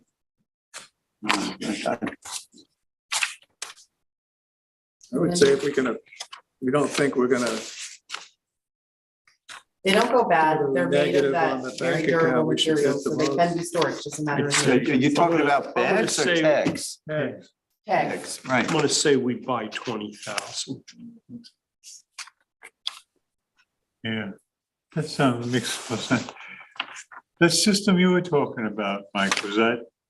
The farmers are all using it. It just came out this year, or that I know of. And the larger oyster farmers that I know that are using it are having great success with it. I don't know that it's something that our shellfish harvesters that are going out for 3 bags a day here and there are really going to download and use. It might come, that it comes to fruition in the next 3 years, but for the next 3 years, we got 20,000 Is bags. there a 3 years charge? worth of shellfish Can I- bags. Is there a charge? Yeah, there is a charge, you got to buy the printer. It's like, 1,500 to get in, and then it's, you have to order the paper. And I'll make a motion that we buy 20,000. I'll second that motion. All right. Favor? Aye. Anyone opposed? Does that include paying the other bills? It doesn't, but I'll make a motion to pay the other. Second. All in favor? Aye. Anyone opposed? All right, minutes from November 28th, 2022 are available for review. And I submitted them, I looked over them and read them. They're okay, they're perfect. Thank you, Allison. I'll make a motion, we approve the minutes. And I'll second that. All in favor? Aye. And we have financials from October 31st. I didn't look at those. Anybody else? No, and we also have November 30th, so there's some work to do. All right. I just want to add one thing before we go to the beaches again. I was down at West Point and there's still 5 kayaks on the racks. So I can took photos of their numbers and we'll send them letters. We should probably check the rest of the racks and make sure they're. Yep. Why don't we just notify Marine Patrol to impound it? We could, but you're gonna give them 5 kayaks to impound. Okay. Say that again? 5 kayaks to impound. It always seems to be. I think that's all they can take in one trip anyway. They take a can? trailer down Okay. there. It's up to you guys. I would like It's an to, economy of scale. I would like to just, I think a quick phone call or They've already been contacted. some sort of. They have been. So we received, is either last week or the week prior, email and phone call from Marine Patrol who said, and gave me a list of all of the people who had kayaks still out. Everybody was called and notified that they needed to move them. So they were all already told that their kayaks were still on the racks and that they needed to be moved At all the racks? on all of the racks. Okay. So the harbor masters reviewed all of them and gave me the list. I called everybody. They were already notified that they need to come off. Most people had replied saying they would get them off by the end of the weekend of Thanksgiving. So it was back already, 2+ weeks ago. Okay, yeah, I was there Thursday. I think it would be a good idea to ask Marine Patrol to remove them before the holiday. I think that's fair. Sounds like they're on top of it anyway. Would you like me to reach out to them in the morning? Please.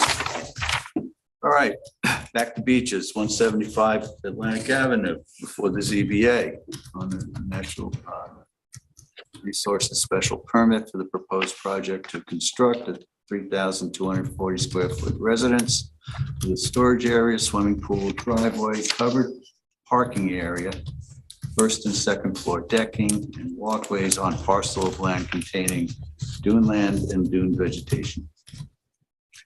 I asked the planning department when I spoke to Brian Frank, Tyler Borsak sent a survey and the specs, the house specs, and all the other details. So Allison has them on can mount them up onto the screen. I sent them all to everybody to review. And as Jim pointed out earlier, because it is a budding property that we own, I thought we should have a conversation at the very least to just see what the project is and if we have any comments or we have a comment that we make to the town, here's the information. So Allison, if you can post those on the screen. Which document would you like me to post first? I have to pull them up individually. Okay, probably, well, the actual survey so that we can see the house placement. Tyler's report did say that there would be dune beach damage is not the right word, but because of the building and the house. This is the second time that they have submitted the plans to the town.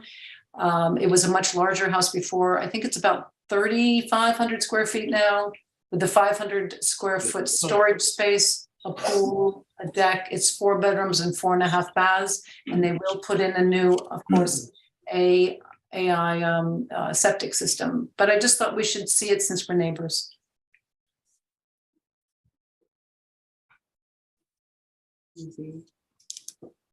Up there? Or is it not up there? Computer screen with all the. I did the wrong one. Okay, I'm sorry about that. Now? Yeah.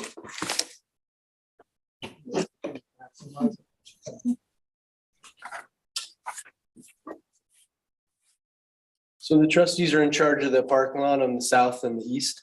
Well, we own the park. We own it, but we're not in charge of it. Well, we own it, right? The town is. For the neighbors. That's it. The house that's currently there, is that, Small. It's like it's a Cape Cod old cedar shingled house, painted white, and it's visible from, there it is. is that the one that's right against the fence? Yes. There's no picture of a rendition of what the new. Yes, there is. It was sent, Some elevation drawings in the package. There you go. but there's also the person who came into the office today gave us pictures from the for sale ad, the project to be built, and it's a very modern house, as you can see, but there are pictures of it on the website for the real estate agent. Is it gonna be a lot longer than the other one? Yeah. Yeah. Yeah, like 3 times. So And what's the variance? What are they asking for? They do not need a variance for this project. Why is it before the ZBA, just because of the dune vegetation, the area where it's going.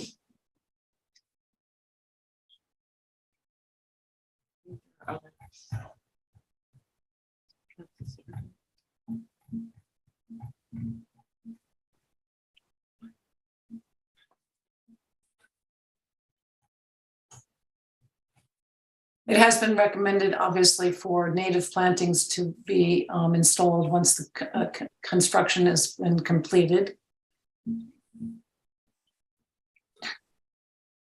The property, I believe, is about a ½ acre. I think that's what it said. It's 23,000 square foot lot. It does not exceed coverage. It does not exceed clearing. It falls within the allowed parameters here. I mean, it's being described by the planning department as being a pretty large house. In truth, if you think about 3,500 square feet on a 23,000 square foot lot, it's not enormous, but you know, what it is going to do is it is going to be somewhat imposing on a public parking lot that we happen to own. Now, we could ask that if this is permitted, that a robust buffer or screening be part of this. But I'm not sure how robust or tall that screening is when the whole purpose of this thing is to get a view of the ocean. So they're not going to get an ocean view. I mean, there's a pretty serious dune on the other side. No, but they will from upstairs. Yeah. But you know, here's the thing, guys. If this property is permitted and it looks like it's a spec house. It is. Okay, and we don't like essentially what we see. We do have the opportunity to plant on our own property to screen this. So. Well, don't we also have the opportunity to express concern of, Yes, I actually asked the zoning board to extend it for a 2-week period, and that was granted by one of the members of the board, and they voted on it. So they have 61 days after they close this application. So we have 2 weeks for us to come back and make comment. I think we have 1 week now. They did that at the last meeting. Last week, yeah. 1 week. Yeah.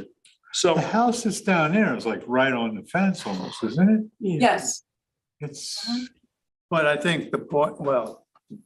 Can you go back to the survey, Ellison? House, and there's whatever natural features around it the house, John. will be altered.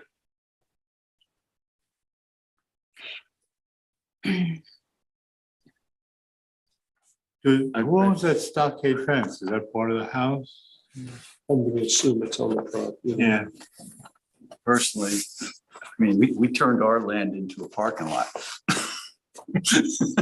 And we're going to comment on somebody building the house that's down there. It not seems the kind most attractive house. But that's just my feeling. My personal feeling on this is we have a ZBA board for the specific purpose of deliberating on something like this. Okay, as an elected board, I'm not sure that I don't feel comfortable getting into the business of a private application. Okay, we've weighed in on many other applications before the ZBA where a portion of the project is, let's say, adjacent or on our beach or within our shoreline or a portion of something that's on our bottomland. This is not. This is all contained within this private residence. I'm not wild about the house. It's kind of a friggin' ugly house, but that's my personal opinion. I wouldn't ask this board to take my opinion and articulate it as a comment from this board. Usually when we comment on properties, it's because it's going to be detrimental to Yeah, So I don't natural. see, I don't see how you get detrimental to a parking lot. Yeah, because Well, that's, yeah, well. I- not gonna- I'd like Well, I just want to say for the record that I brought this, Allison pointed it out, sent it to me, and I thought that because we are beaches and we are, trustees, that we should take a look at this and whatever comments we want to make. Now's the time to say so, and I'm glad that we're talking about it now, so. I'm kind of anxious to see what kind of money you can get for a house that overlooks the parking lot and the public restroom. We should request it. Well, I guarantee you it's going to be advertised as ocean views, not parking lot I views. think if the property owner or potential property owner is aware that, listen, if we as the adjacent property owners are not wild about what's going in there, and it does get permitted, it's within our rights to screen it. And, it's an expense for our board. We can ask, our comment could be, given the fact that the public uses the parking lot and is, so stewards of the land here, which I'm not sure what kind of a steward we are, stewarding over a parking lot, but Well, but, we could ask. we have a public, responsibility, and part of it is, allowing access to the beach, which there is very little access to the beach for the There's general. no issue of public access to the beach here. This is across the parking lot. No, I'm just Just a saying. view of. Or by our taking our property and making it a parking lot. I'm just saying, No, I understand that. I just don't understand what damage this construction project will do to our parking lot. Well, the damage to the dune, there will be construction damage to the actual. Yeah, but Susan, what we're talking about here is we're talking about a property that when it was built years ago, probably totally denuded whatever was on that property. And then it was subsequently planted with beach grass and whatever stuff that's there. And the hard reality is whether this house is 3,200 square foot or 2,200 square foot, guess what? That whole lot, basically, by the time you're clearing for the house, by the time you're doing the septic system, there's nothing left there. You're starting from scratch. That's a reality. Yes, but the land that it's on, the sand, if you will have considerable damage, and the vegetation that's being requested will be native plantings. It is, I think the neighbors who there have been, according to the planning board, there's people who have said it will change the very character of the neighborhood. So as a steward, that comment was made with respect to the style of the house. Right, I'm just saying that. And it's a little bit erroneous because you got a Francois de Menil house only a few doors away. Next to that, you got a Paul Massey house. Yeah, but that's all personal opinion on all our parts. And I agree, that shouldn't be part of anything we submit to the ZBA, if we submit anything to the ZBA. I say if anything, it's just ask the ZBA to do the right thing, as they see fit. Our concern is. Yeah, it's a 5-member board that's going to take any of the comments that were made by the adjacent property owners and or by us and weigh them and come up with a. And that's the sole purpose of me bringing this to the board, is so that we can have this discussion. Okay, so their hearing has been left open for 2 weeks for comment. Are we making comment? I think we made it. Well, I think we have to send a letter. To make a comment, we have to articulate it. If not, it would be considerate of us if we asked to hold that record open. I don't think they held that record open just for us. I listened to the meeting and I was waiting to hear Susan because I thought she was going to speak up at the meeting. But at the end, they just, we'll keep the record open for two weeks like they almost always do anyway. Okay, well, they don't. Well, John, I conveyed that to the ZBA. I'm just for the saying, I don't secretary, think they and she- did it only at our request. No, they pretty much always honor that request, if it's made.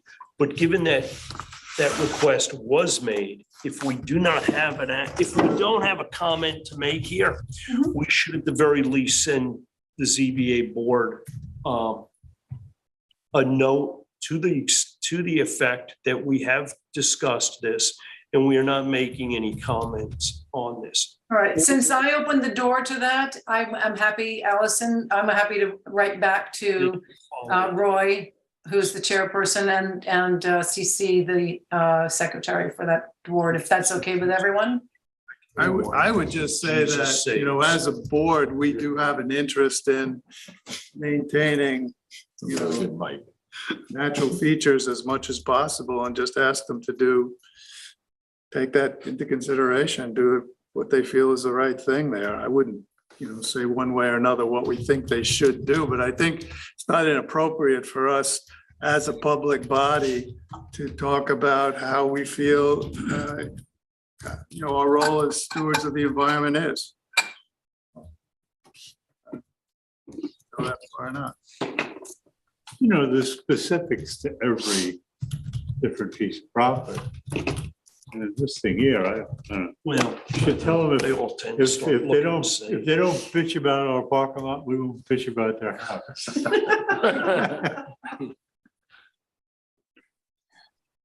I mean, to me, that would be a nuisance. The traffic in and out of the parking lots all day, and whatever, it's gonna be the developer. Well, I'm not looking at it as just, we are the parking lot. I'm looking at it, we are the trustees, and that parking lot was established a long time ago. But there's already a house on the property, and it's not like you're taking barren land and tearing it up from, you know, to put something there that's not. Well, I'm not sure that's the case, though. I mean, that's a relatively small house with looks like a small secondary structure on it.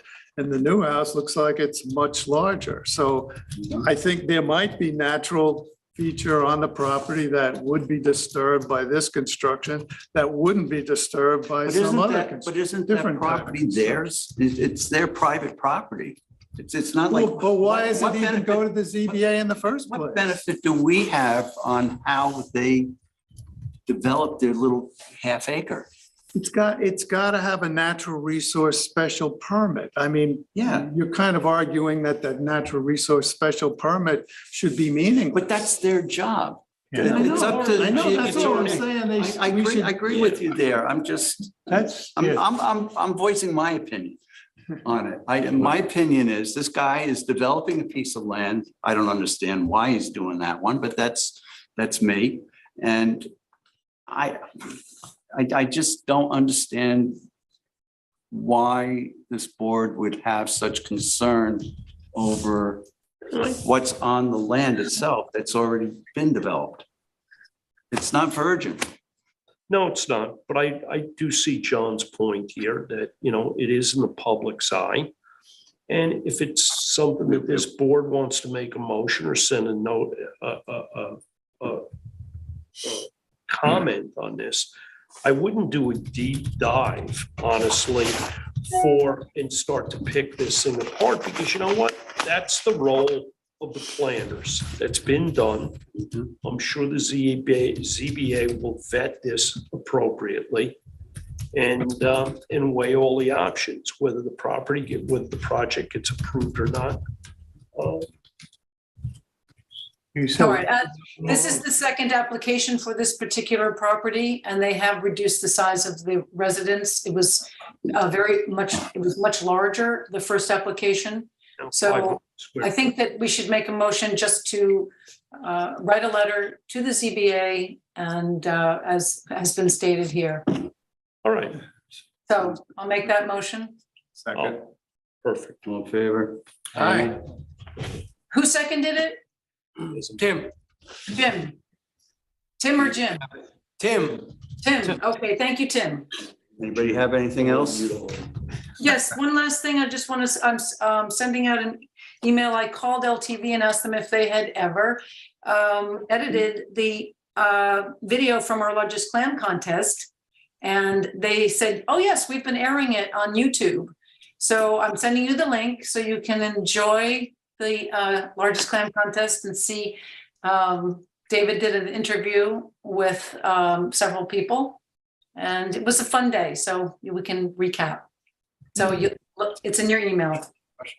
YouTube, you guys? It's on YouTube, but it's also on the regular. Thanks, Susan. Are we getting ready to close the meeting? Yes. Hey, Susan, I want to thank you for the lovely gift. Yeah, thank you, Susan. Well, you're very welcome, and thank you for my honey. I think that's what you Well, brought, Susan, right? I'll give Allison a couple extra jars so that Okay.